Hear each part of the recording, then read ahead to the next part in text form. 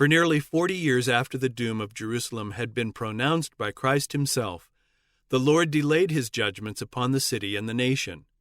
Wonderful was the long-suffering of God toward the rejectors of his gospel and the murderers of his Son. The parable of the unfruitful tree represented God's dealings with the Jewish nation.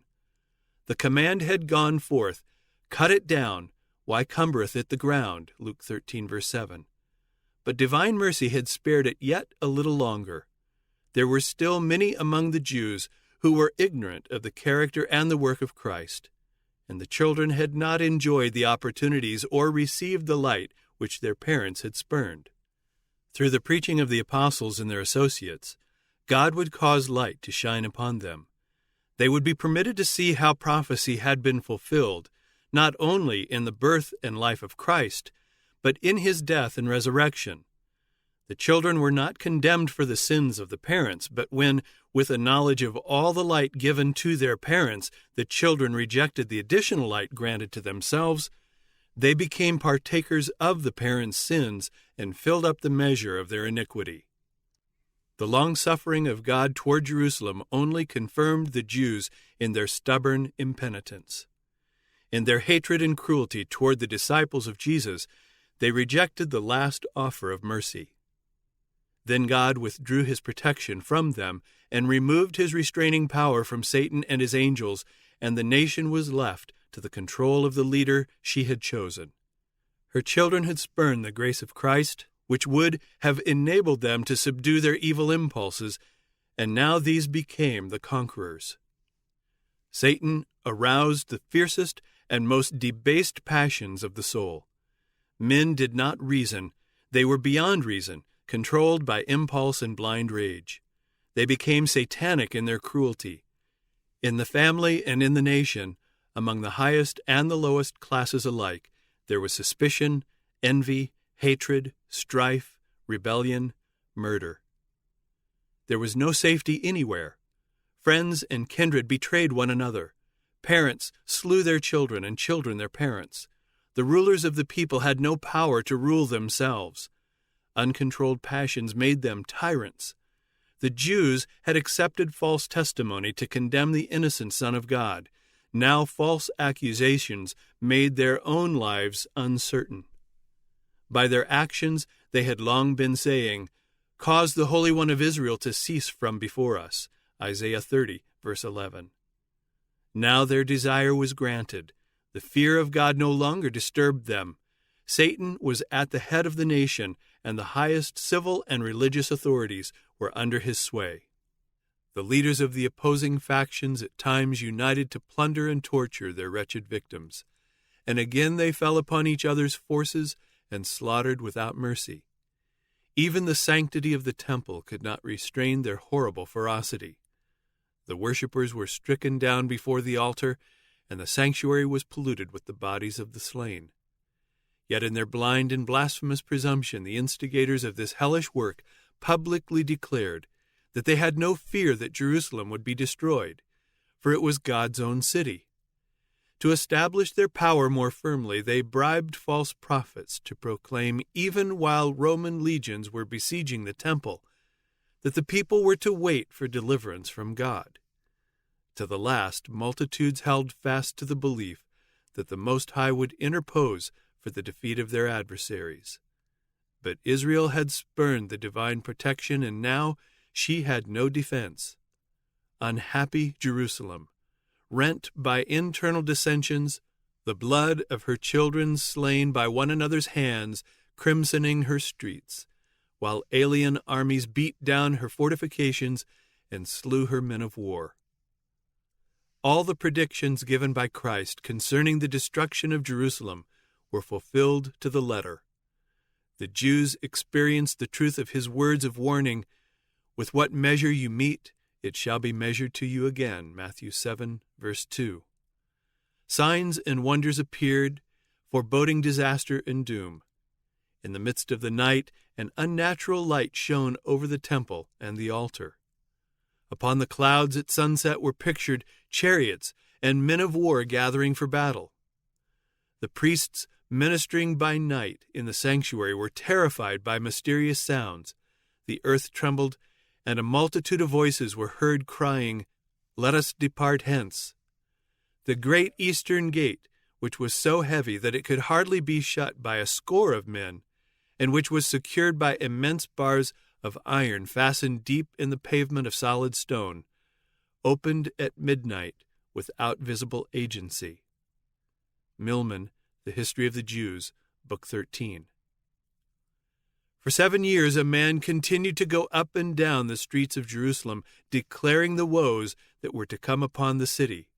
By day and by night he chanted the wild dirge, "A voice from the east, a voice from the west, a voice from the four winds, a voice against Jerusalem and against the temple, a voice against the bridegrooms and against the brides, a voice against the whole people."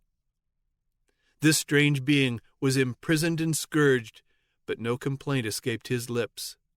To insult and abuse he answered only, "Woe, woe to Jerusalem! Woe, woe to the inhabitants thereof!" His warning cry ceased not until he was slain in the siege he had foretold. Not one Christian perished in the destruction of Jerusalem. Christ had given his disciples warning, and all who believed his words watched for the promised sign. "When you shall see Jerusalem compassed with armies," said Jesus, "then know that the desolation thereof is nigh. Then let them which are in Judea flee to the mountains, and let them which are in the midst of it depart out."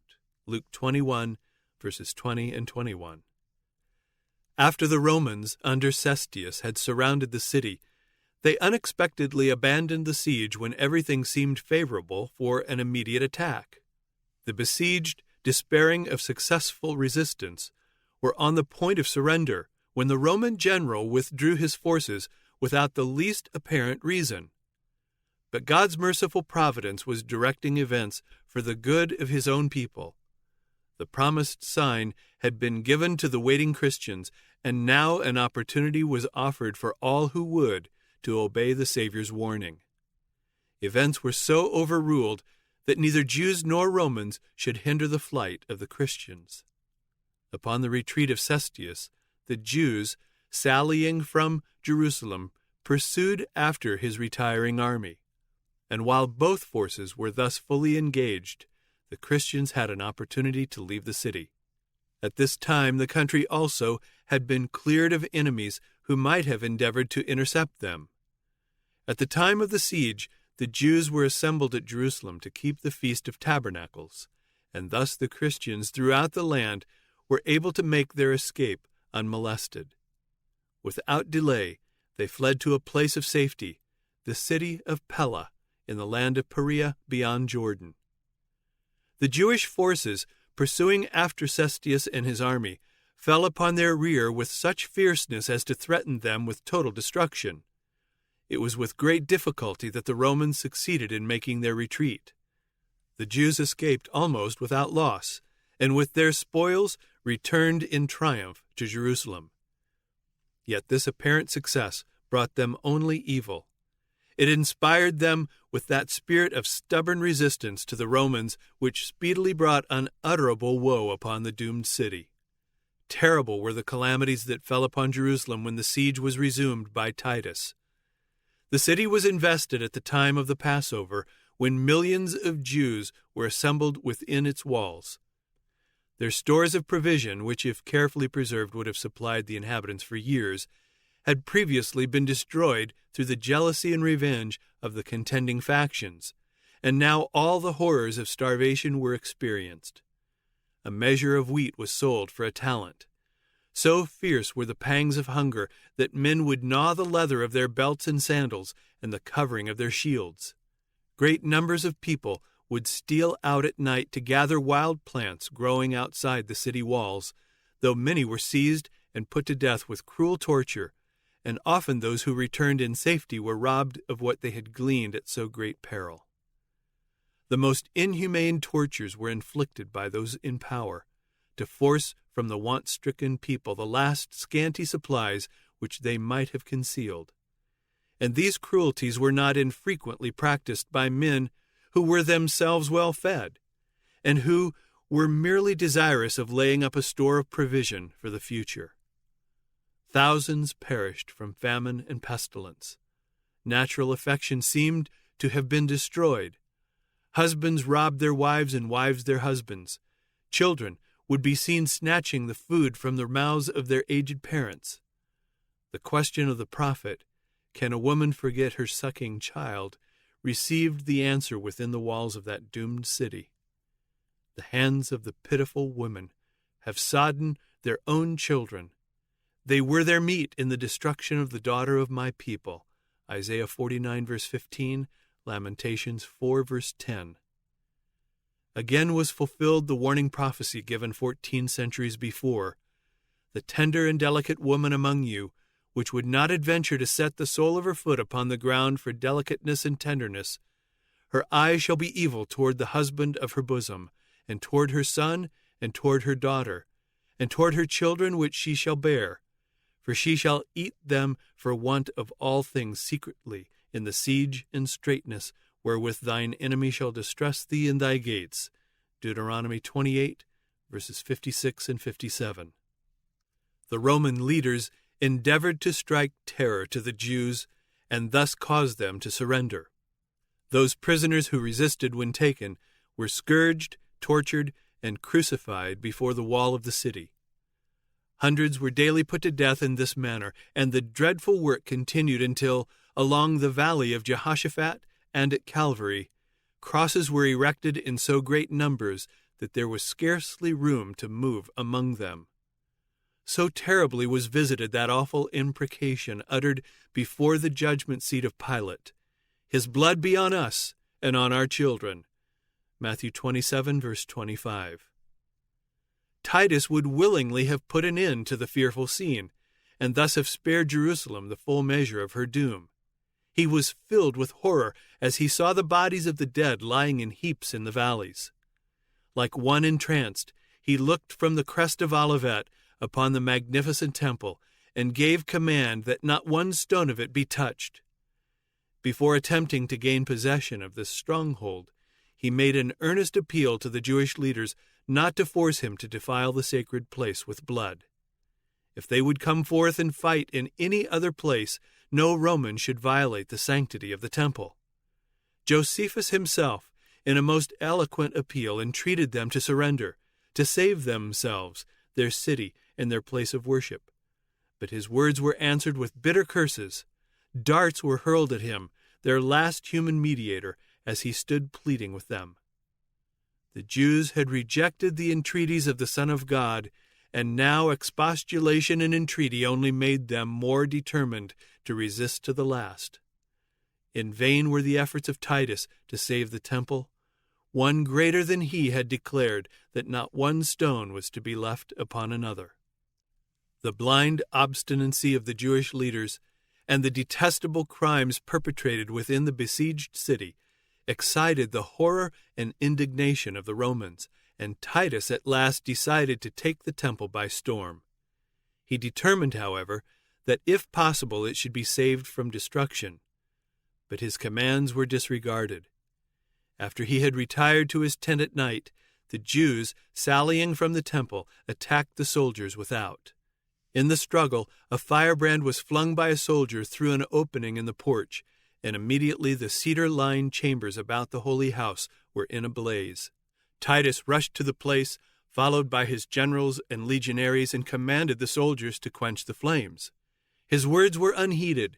In their fury, the soldiers hurled blazing brands into the chambers adjoining the temple, and then with their swords they slaughtered in great numbers those who had found shelter there. Blood flowed down the temple steps like water. Thousands upon thousands of Jews perished. Above the sound of battle, voices were heard shouting, "Ichabod! The glory is departed." Quote, Titus found it impossible to check the rage of the soldiery. He entered with his officers and surveyed the interior of the sacred edifice.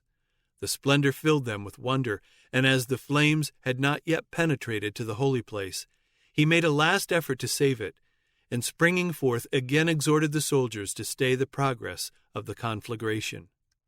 The centurion Liberalis, endeavored to force obedience with his staff of office, but even respect for the emperor gave way to the furious animosity against the Jews, to the fierce excitement of battle, and to the insatiable hope of plunder. The soldiers saw everything around them radiant with gold, which shone dazzlingly in the wild light of the flames. They supposed that incalculable treasures were laid up in the sanctuary. A soldier, unperceived, thrust a lighted torch between the hinges of the door. The whole building was in flames in an instant. The blinding smoke and fire forced the officers to retreat, and the noble edifice was left to its fate. It was an appalling spectacle to the Roman. What was it to the Jew? The whole summit of the hill which commanded the city blazed like a volcano. One after another the buildings fell in with a tremendous crash and were swallowed up in the fiery abyss. The roofs of the cedar were like sheets of flame. The gilded pinnacles shone like spikes of red light. The gate towers sent up tall columns of flame and smoke. The neighboring hills were lighted up, and dark groups of people were seen watching in horrible anxiety the progress of the destruction. The walls and heights of the upper city were crowded with faces, some pale with the agony of despair, others scowling unavailing vengeance. The shouts of the Roman soldiery as they ran to and fro, and the howlings of the insurgents who were perishing in the flames, mingled with the roaring of the conflagration and the thundering sound of falling timbers. The echoes of the mountains replied or brought back the shrieks of the people on the heights. All along the walls resounded screams and wailings. Men who were expiring with famine rallied their remaining strength to utter a cry of anguish and desolation. The slaughter within was even more dreadful than the spectacle from without. Men and women, old and young, insurgents and priests, those who fought and those who entreated mercy, were hewn down in indiscriminate carnage. The number of the slain exceeded that of the slayers. The legionaries had to clamber over heaps of dead to carry on the work of extermination." Close quote. Milman, The History of the Jews, Book 16. After the destruction of the temple, the whole city soon fell into the hands of the Romans. The leaders of the Jews forsook their impregnable towers, and Titus found them solitary. He gazed upon them with amazement and declared that God had given them into his hands, for no engines, however powerful, could have prevailed against those stupendous battlements. Both the city and the temple were razed to their foundations, and the ground upon which the holy house had stood was plowed like a field. Jeremiah 26, verse 18. In the siege and the slaughter that followed, more than 1 million of the people perished. The survivors were carried away as captives, sold as slaves, dragged to Rome to grace the conqueror's triumph, thrown to wild beasts in the amphitheaters, or scattered as homeless wanderers throughout the earth. The Jews had forged their own fetters. They had filled for themselves the cup of vengeance. In the utter destruction that befell them as a nation, and in all the woes that followed them in their dispersion, they were but reaping the harvest which their own hands had sown. Says the prophet, "O Israel, thou hast destroyed thyself, for thou hast fallen by thine iniquity." Hosea 13, verse 9, chapter 14, verse 1. Their sufferings are often represented as a punishment visited upon them by the direct decree of God. It is thus that the great deceiver seeks to conceal his own work. By stubborn rejection of divine love and mercy, the Jews had caused the protection of God to be withdrawn from them, and Satan was permitted to rule them according to his will. The horrible cruelties enacted in the destruction of Jerusalem are a demonstration of Satan's vindictive power over those who yield to his control. We cannot know how much we owe to Christ for the peace and protection which we enjoy. It is the restraining power of God that prevents mankind from passing fully under the control of Satan. The disobedient and unthankful have great reason for gratitude for God's mercy and long-suffering in holding in check the cruel, malignant power of the evil one. But when men pass the limits of divine forbearance, that restraint is removed. God does not stand toward the sinner as an executioner of the sentence against transgression, but he leaves the rejectors of his mercy to themselves, to reap that which they have sown. Every ray of light rejected, every warning despised or unheeded, every passion indulged, every transgression of the law of God is a seed sown which yields its unfailing harvest.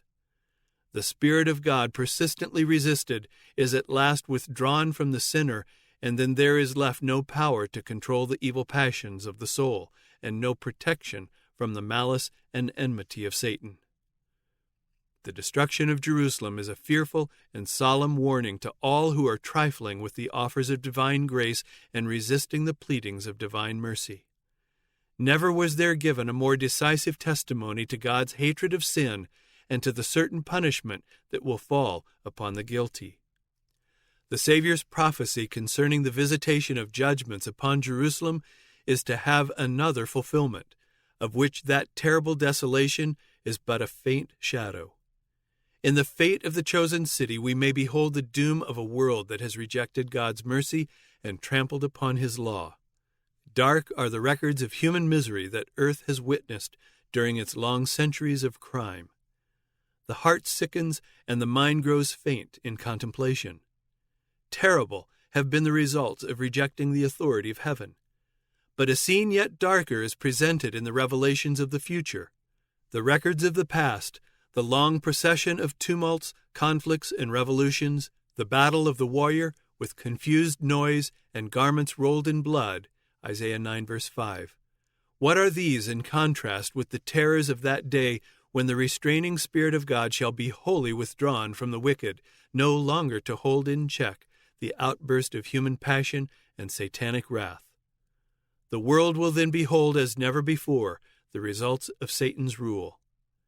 But in that day, as in the time of Jerusalem's destruction, God's people will be delivered, every one that shall be found written among the living.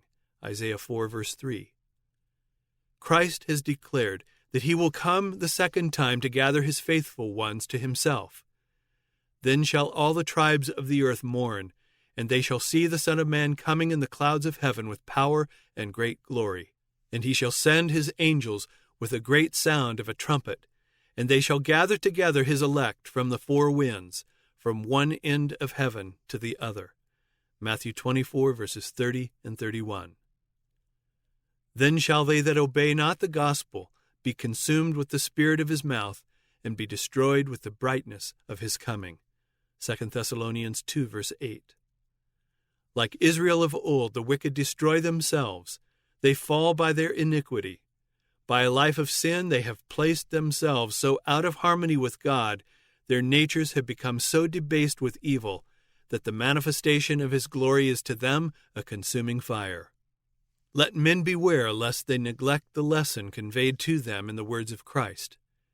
As he warned his disciples of Jerusalem's destruction, giving them a sign of the approaching ruin, that they might make their escape, so he has warned the world of the day of final destruction, and has given them tokens of its approach, that all who will may flee from the wrath to come. Jesus declares, "There shall be signs in the sun, and in the moon, and in the stars, and upon the earth distress of nations." Luke 21 verse 25, Matthew 24 verse 29, Mark 13 verses 24 to 26, Revelation 6 verses 12 through 17. Those who behold these harbingers of his coming are to know that it is near, even at the doors. Matthew 24 verse 33. Watch ye therefore are his words of admonition. Mark 13 verse 35. They that heed the warning shall not be left in darkness, that that day should overtake them unawares. But to them that will not watch, the day of the Lord so cometh as a thief in the night. 1 Thessalonians 5 verses 2 through 5. The world is no more ready to credit the message for this time than were the Jews to receive the Savior's warning concerning Jerusalem. Come when it may, the day of God will come unawares to the ungodly. When life is going on in its unvarying round, when men are absorbed in pleasure, in business, in traffic, in money-making, when religious leaders are magnifying the world's progress and enlightenment, and the people are lulled in a false security. Then, as the midnight thief steals within the unguarded dwelling, so shall sudden destruction come upon the careless and ungodly, and they shall not escape. Verse 3.